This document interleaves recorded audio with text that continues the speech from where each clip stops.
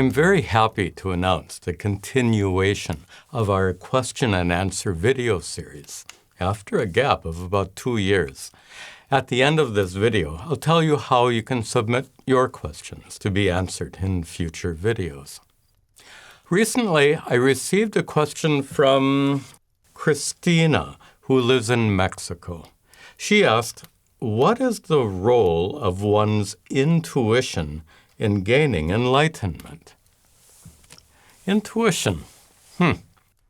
To answer this, we first have to understand the nature of intuition itself. Intuition is usually understood as being the mind's power to gain knowledge without using rational thought.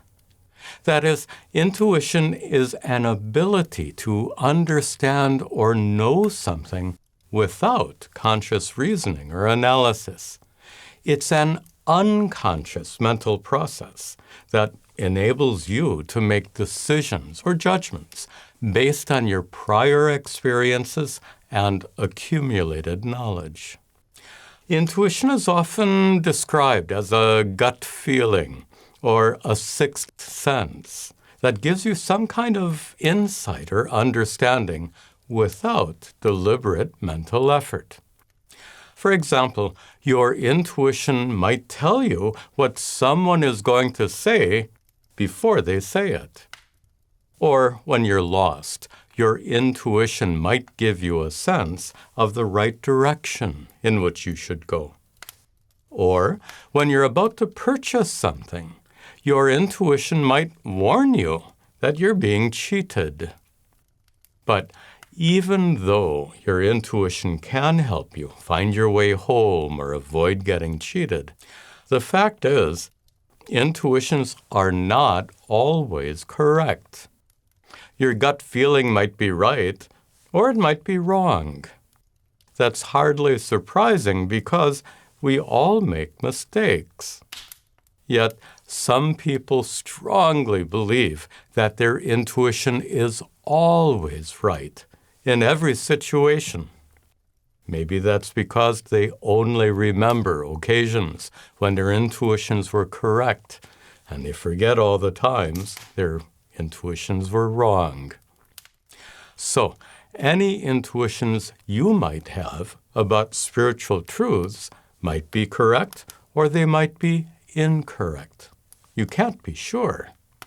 But there's a bigger problem here.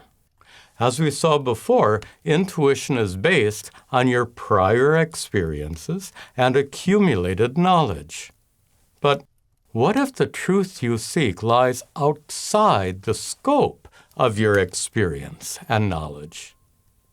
For example, if you don't know what cryptocurrency is, your intuition can't help you predict the price of Bitcoin. So, what if the spiritual truths you seek are transcendent, beyond this worldly dimension, and inaccessible to ordinary human understanding?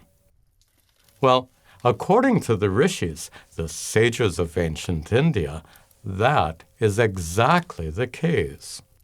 Thousands of years ago, they were able to discover the transcendent inner divinity that dwells in every person. They called it atma, the true self.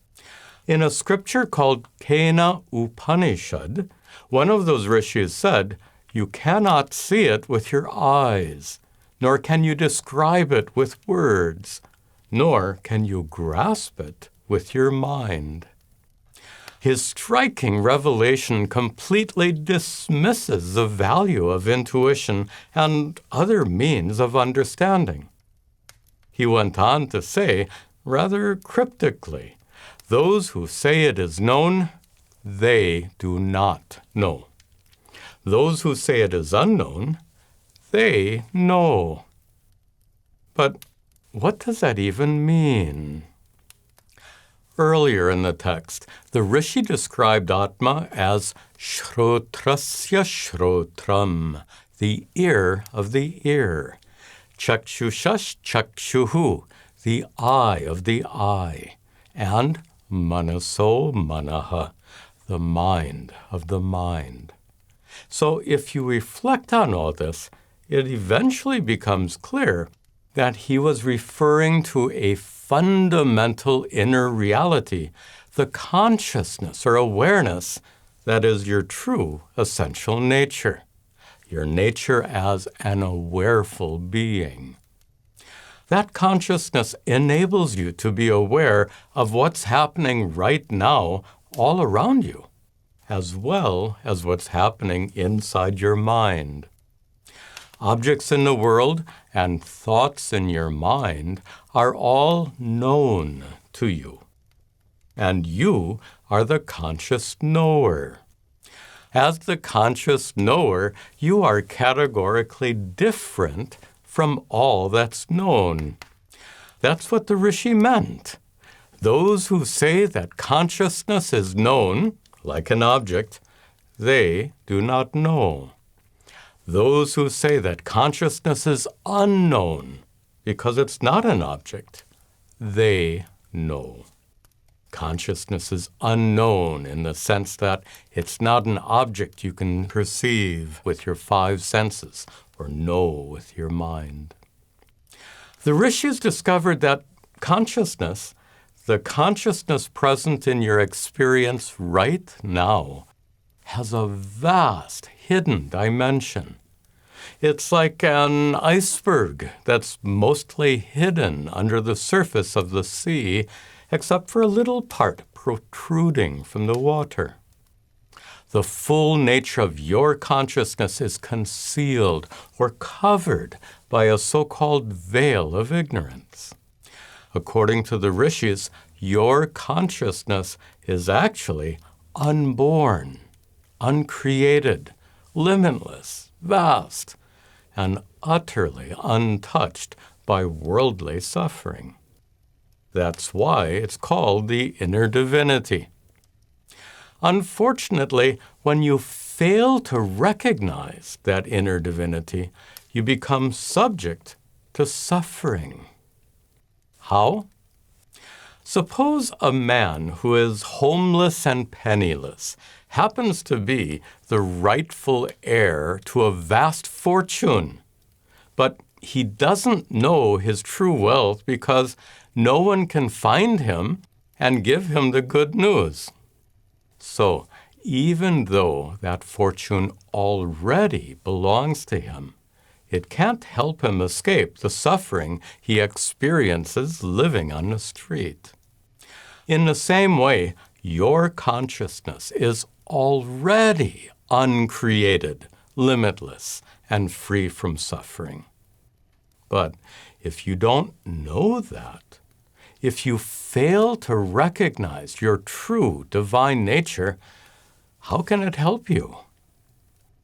According to the rishis, to free yourself from worldly suffering, you have to remove the ignorance that conceals your true nature. And to remove that ignorance, knowledge is required.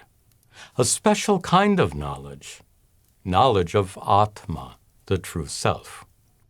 When the homeless man gains knowledge of his inheritance, he can enjoy the great wealth that he already possessed.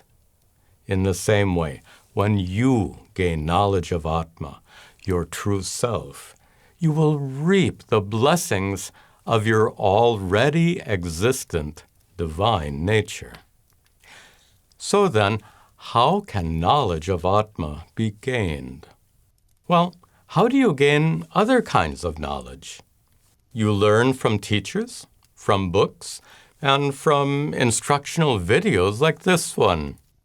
To gain knowledge, you need someone or something that can teach you and help you understand. The teachings of the ancient rishis are meant to remove the veil of ignorance covering atma and lead you to discover your true divine nature. That discovery is what's commonly called enlightenment.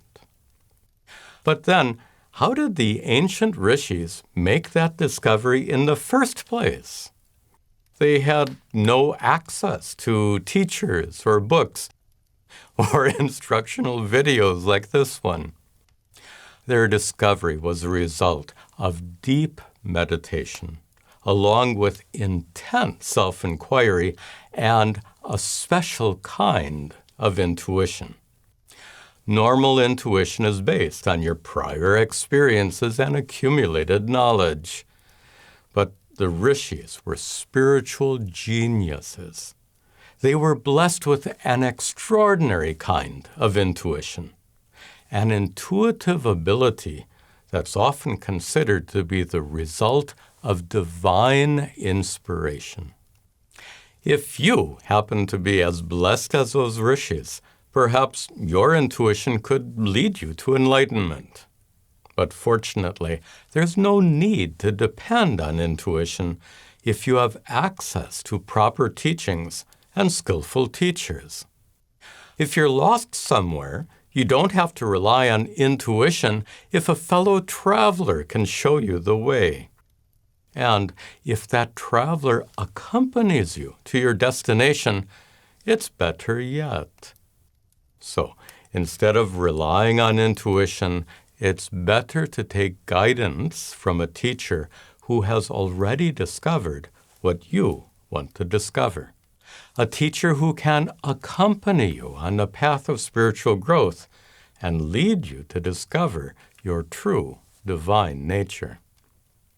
If you'd like to submit a question for a future video like this one, please send it to me at the email address shown on the screen. Be sure to indicate video question in the subject line.